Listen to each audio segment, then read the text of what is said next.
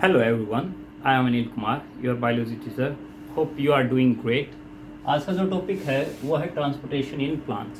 सो plant में दो type के ट्रांसपोर्टेशन होते हैं. एक शॉर्ट डिस्टेंस, जैसे कि एक सेल है उसको मटेरियल दूसरी सेल तक पहुंचाना है, या फिर आउटसाइड है वहाँ से मटेरियल सेल के अंदर जाना है. तो अगर बाहर से अंदर की तरफ अगर कोई मटेरियल अगर पास आउट करना है तो वहाँ पर प्रोसेस होती है मेनली डिफ्यूज़न, और सेल टू सेल अगर ट्रांसपोर्ट करवाना है तो उसके लिए प्रोसेस होती है जिसका नाम है ऑस्मोसिस. तो यानी कि अगर शॉर्ट डिस्टेंस के लिए ट्रांसपोर्टेशन कराना है तो डिफ्यूज़न होता है एंड ऑस्मोसिस होता है. लेकिन जब भी लॉन्ग डिस्टेंस ट्रांसपोर्ट होगा, यानी कि जो मेन ट्रांसपोर्ट है प्लांट के अंदर, जब हम उसकी बात करेंगे तो जो मेन ट्रांसपोर्ट है वो होता है दो टिश्यू के द्वारा, जिसको बोलते हैं xylem and phloem.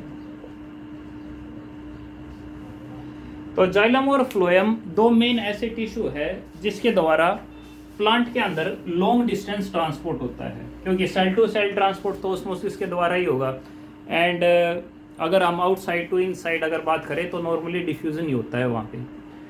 So there is a specialized conducting tissue which conduct water and food materials. जैसे जाइलम है, ये कंडक्ट करता है क्या? वाटर. ये कंडक्ट करता है क्या? फूड.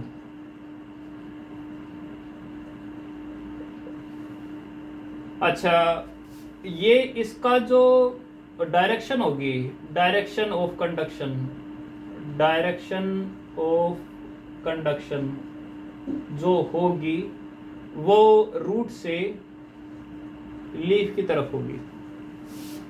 ठीक है, रूट टू लीफ. लेकिन इसकी जो हो सकती है कंडक्शन वो बाई डायरेक्शनल है.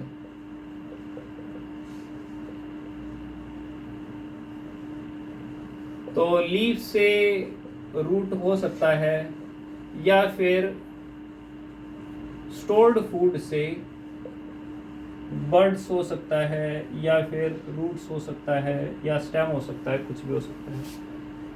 यानी कि ये जनरली होती है यूनि डायरेक्शनल,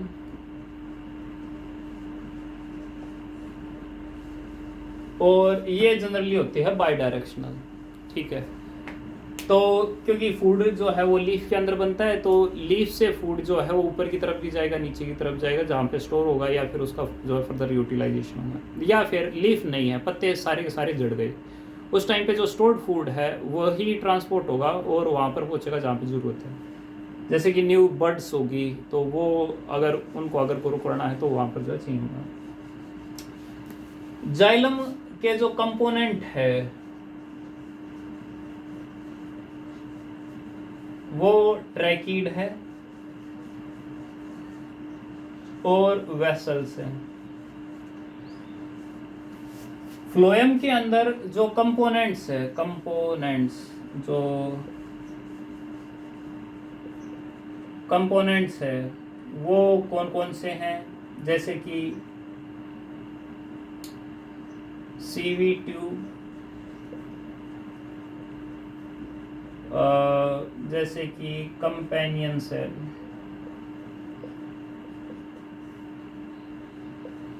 थोड़ा इनके बारे में स्टडी करते हैं. ट्रैकीड, वेसल, फ्लोएम के अंदर सीवी ट्यूब और कंपेनियन सेल. वैसे अगर हम कंपोनेंट देखें तो और भी हो सकते हैं. बाकी ये दोनों के दोनों कंपोनेंट कैसे हैं? डेड. तो यहाँ पर जो डेड टिश्यू होता है वो ज़्यादा होता है, और यहाँ पर जो डेड टिश्यू है वो लेस है. वैसे सीवी ट्यूब भी लिविंग होती है और कंपेनियन सेल जो है वो भी लिविंग होती है. तो इनके बारे में जो है हम डिस्कशन करेंगे.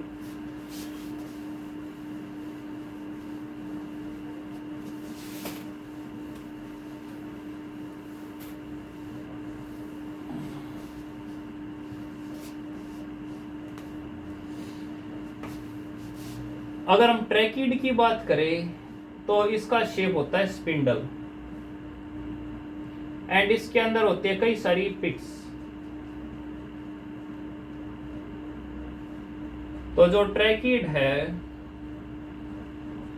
वो स्पिंडल शेप के हैं। स्पिंडल शेप कैसा होता है, बीच में से मोटा एंड एंड की तरफ टैपरिंग।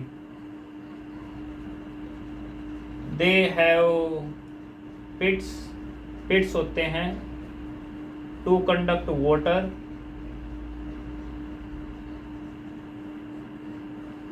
इसके अलावा ट्रैकिड जो है ये पाए जाते हैं फाउंड इन ट्रेडोफाइट,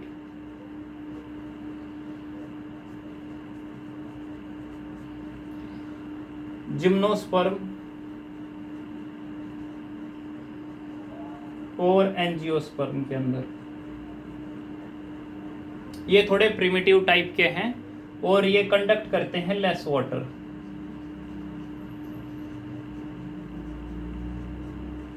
और साथ में ये कैसे हैं, प्रिमिटिव है। जाइलम के अंदर ही एक दूसरा कंपोनेंट और आता है जिसको हम कहते हैं सीवी ट्यूब। तो वैसे तो नाम से ही क्लियर है, सीवी ट्यूब है तो स्ट्रक्चर कैसी होगी, ट्यूब के जैसी ही होगी।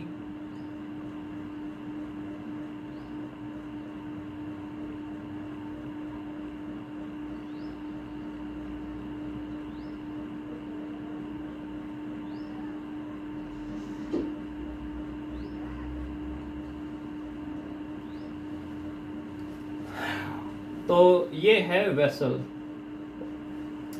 एंड वेसल की शेप कैसी है, ट्यूब शेप है। परफोरेटेड एंड वॉल है। जैसे यहाँ पर देखिए ये ट्यूब का एंड होने लग रहा था, लेकिन यहाँ पर परफोरेशन आ गई, यहाँ पे ट्यूब का एंड होने लग रहा है तो यहाँ पे जो है परफोरेशन आ गई। तो परफोरेशन है एंड वॉल पे। इसके अलावा ये कंडक्ट करता है मोर वाटर, अगर हम कंपेयर करें किसके साथ में, ट्रैकिड के साथ में। इसके अलावा ये एडवांस है। इसके अलावा ये पाया जाता है केवल और केवल एंजियोस्पर्म के अंदर।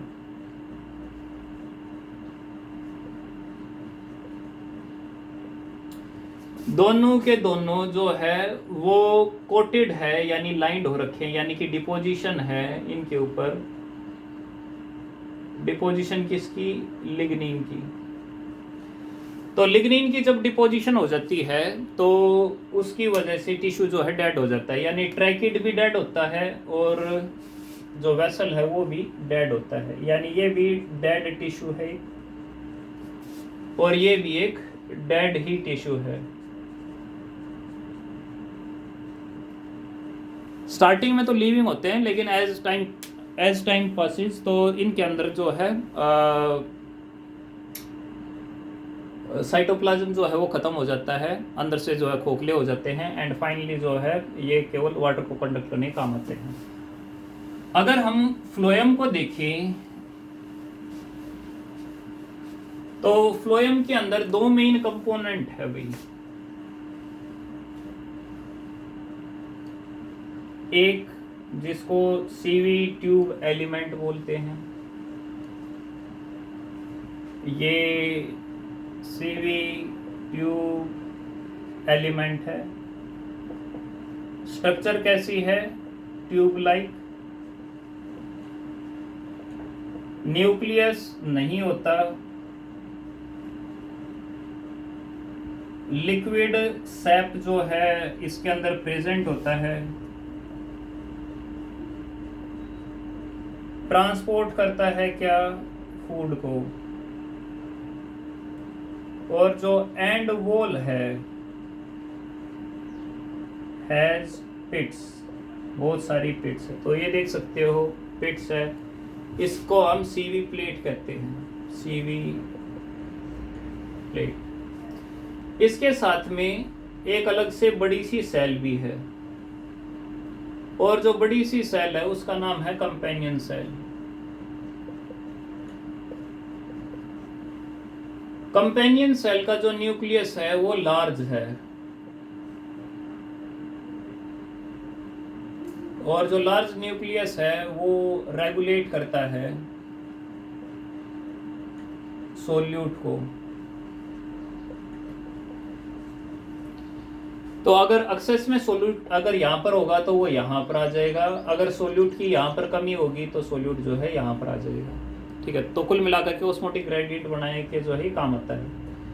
इसका जो साइटोप्लाज्म है वो डेंस है, डेंस इसी वजह से क्योंकि रेगुलेशन जो है वो करने लग रहा है, तो इसका जो साइटोप्लाज्म जो है वो डेंस है। एंड ये इसी वजह से ही है क्योंकि रेगुलेशन होने लग रहा है और दोनों सेल का जो फंक्शन जो है वो इसके द्वारा जो है कंट्रोल होने लग रहा है। तो दोनों कंडक्टिव टिश्यू है, और दोनों कंडक्टिव टिश्यू जो है प्लांट के अंदर प्रेजेंट होते हैं, जिसके द्वारा जो है ये वाटर का ट्रांसपोर्ट करता है और ये फूड का जो है ट्रांसपोर्टेशन करते हैं। अब करते कैसे हैं उसको समझते हैं। पहले थोड़ा सा बेसिक समझिए। बेसिक क्या है, लेट से ये एक प्लांट है, तो प्लांट की एक आउटर मेम्ब्रेन है जिसको बोलते हैं क्या, एपिडर्मिस।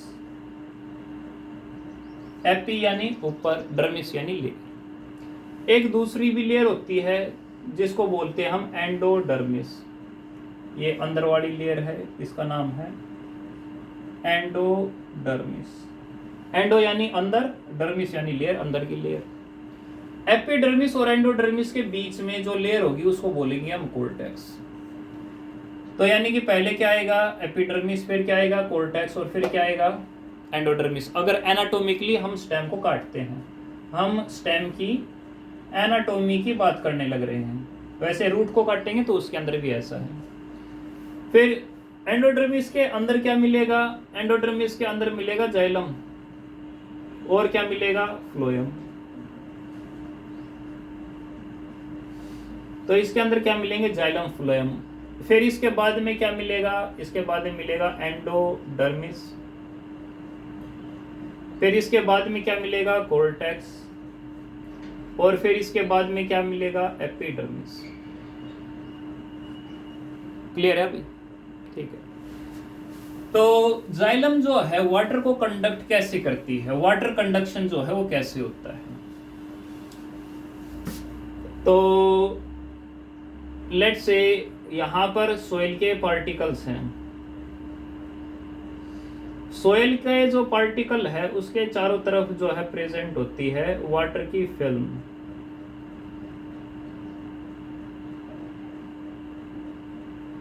और जो वाटर की फिल्म है उसके साथ में जुड़ा होता है क्या, रूट हेयर। रूट हेयर किसके साथ जुड़ा होगा, किसी न किसी रूट की सेल के द्वारा। ठीक है, उस पहली वाली को क्या बोलेंगे, एपिडर्मिस। एपिडर्मिस के बाद में क्या आएगा, कोर्टेक्स आएगा भाई। और कोर्टेक्स के बाद में क्या आएगा, एंडोडर्मिस। और एंडोडर्मिस के बाद में क्या स्टार्ट हो जाता है, जाइलम। जाइलम तो एक बड़ा सा पाइप है। तो जाइलम का जो पाइप है वो गया हुआ है, वो कहां पर गया हुआ है, लीव्स के अंदर गया हुआ है। और अगर लीव्स की अगर आपको एनाटोमी याद है तो उसके ऊपर पहली शेड की लेयर होती है, नीचे स्पॉन्जी पेरेन्काइमा जो है उसकी लेयर होती है, और नीचे जो है एपिडर्मिस की लेयर जो है वो बनी हुई होती है। सिमिलरली यहाँ पर भी ऐसे ही है, एपिडर्मिस की लेयर जो है वो हमें देखने को यहाँ पर जो है हमें मिलती है। तो थोड़ा सा बेसिक देखिए भाई। बेसिक क्या है कि लेट से ये एक प्लांट है और ये उसकी रूट है। तो रूट कहाँ पर मिलती है, सोइल के अंदर मिलती है। रूट का काम क्या है, वाटर को एब्जॉर्ब करना। तो जो रूट की सबसे ऊपर की लेयर है उसको हम क्या बोल देंगे, एपिडर्मिस।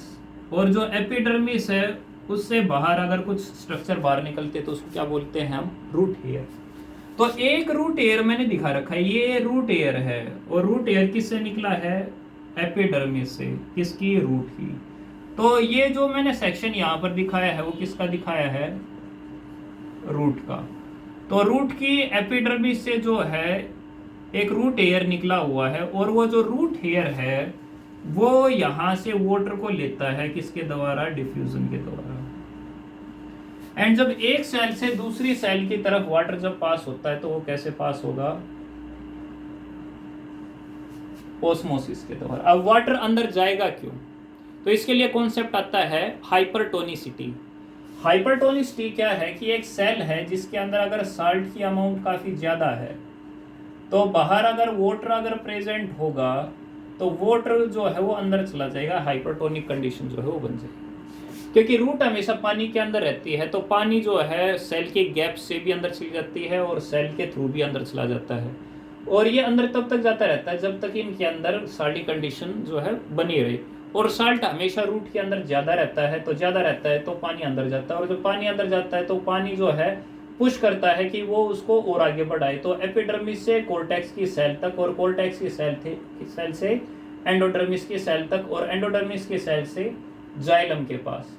जाइलम अगर रूट तक पहुंच चुका है तो उसके बाद में स्टेम जाइलम तक पहुंचाता है, और स्टेम जाइलम से फिर उसके बाद में लीफ की जो जाइलम है वहां तक पानी जो है पहुंचता है।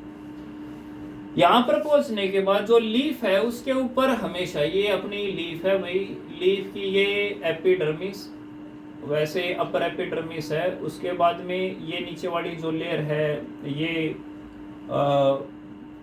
पैरेलल लेयर्स हैं, ठीक है, जिसको हम पैलिसेड बोलते हैं, ये स्पॉन्जी लेयर, और ये क्या है, स्टोमेटा। तो जो स्टोमेटा है उससे वाटर बाहर निकलते हैं in the form of vapour, उसको बोलते हैं ट्रांसपिरेशन। तो what is transpiration, transpiration important है भाई। Process of losing of water from the leaf surface in the form of water vapor। यानी कि क्या है, ये एक लॉस है भाई, लॉस किसका, वाटर का, किस फॉर्म में, वाटर वेपर की फॉर्म में, और किससे, लीफ के सरफेस से। अगर लीफ के सरफेस से वाटर वेपर अगर बाहर निकलता है तो हम उसको क्या बोलते हैं, ट्रांसपिरेशन। तो जो ट्रांसपिरेशन है, जब यहां से वाटर निकलता है तो वो अपने आसपास में जो दूसरा वाटर है उसको खींचता है, जब वो उसको खींचता है तो साथ में जो वाटर जो है वो इससे बाहर निकलता है, जब यहां से बाहर निकलता है तो यहाँ का वाटर इसके अंदर आ जाता है, जब यहां से अंदर आता है तो यहाँ का पानी यहाँ पर आ जाता है, जब यहाँ का पानी यहाँ पर आएगा तो यहाँ का पानी यहाँ पर आ जाएगा, और जब यहाँ का पानी आएगा तो यहाँ का यहाँ, और यहाँ से कंटिन्यूसली यहाँ। अब इसको कुछ इस तरीके से समझें कि मान लो आपके पास एक जूस का गिलास है एंड आपको जूस पीना है, तो आप क्या लेते हैं, एक स्ट्रो। स्ट्रो को आप किसके अंदर डालेंगे, उस गिलास के अंदर, एंड ऊपर से सक करेंगे, है ना। सक करने से क्या होगा, उस ट्यूब के अंदर, यानी जो आपने स्ट्रो लिया है उसके अंदर एक वैक्यूम बन जाएगा, और उस वैक्यूम बनने की वजह से जो नीचे का वाटर है वो, मतलब जो जूस है वो ऊपर की तरफ जाता है। सिमिलरली जब सन रेडिएशन गिरती है तो उसकी वजह से वाटर वेपर बाहर निकलता है, यानी ट्रांसपिरेशन होती है। तो जो ये ट्रांसपिरेशन हुई है वो एक पुलिंग फोर्स जनरेट करती है, यानी एक सक्शन प्रेशर बनता है, जैसा कि हमारे माउथ ने बनाया उस स्ट्रो के अंदर। जैसे स्ट्रो के अंदर हम पानी उसको जूस को खींचते हैं, सिमिलरली अगर लीफ के ऊपर सनलाइट रेडिएशन गिरते हैं तो जब ट्रांसपिरेशन होती है तो वो ट्रांसपिरेशन पुल करती है, यानी वो खींचती है। जब वो ट्रांसपिरेशन पुल करता है यानी खींचता है, तो जो वाटर कॉलम प्रेजेंट है कहाँ पे, जाइलम के अंदर, वो खींचा जाता है, और जब वो खींचा जाता है तो नीचे से पानी जो है वो भी खींचा जाता है और अल्टीमेटली ऊपर की तरफ चला जाता है। तो लीफ तक पानी पहुंचा किसके द्वारा, एक मेजर फोर्स है जिसका नाम है ट्रांसपिरेशन पुल। तो ट्रांसपिरेशन पुल क्या है, pulling of water from the from the water column leaf due to transpiration.